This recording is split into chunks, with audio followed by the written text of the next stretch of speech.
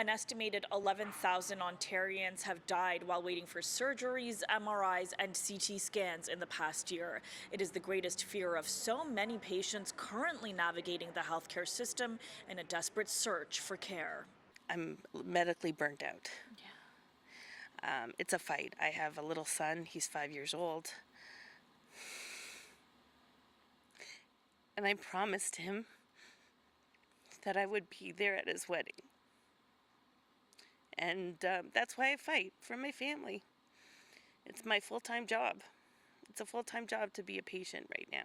And it is the toughest job Jordana Bailo has ever had. The 38-year-old became sick in October 2020. It took 3 years for doctors to diagnose her with a rare genetic tumor syndrome. I am full of these tumors that can turn any minute. It's like Russian roulette. And I just have to continue to keep pushing. In July, she had a hysterectomy after waiting a year and a half to see a gynecologist and spending months on a wait list. Recently, doctors found 4 more tumors on her back, but getting a CT scan has been difficult. I've been on the phone with the hospital for the last 2 weeks.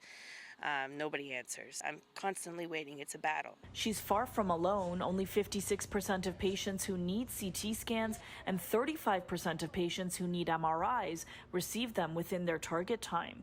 And the surgical waitlist in Ontario tops 200,000. We are one of the wealthiest jurisdictions in the world. We have a moral responsibility to provide quality care to the people of this province. CUPE's Ontario Council of Hospital Unions calling on the Ford government to make significant investments before it's too late. More than 2,000 people died on waiting lists for surgeries last year, up almost 50% from the year before. Another 9,400 patients died waiting for MRI and CT scans. Jordana says she is fighting with everything she has not to be one of those numbers. The hardest part is my son, my little guy. He's the most amazing kid in the world, and he is suffering, seeing me sick. I have to get better for him.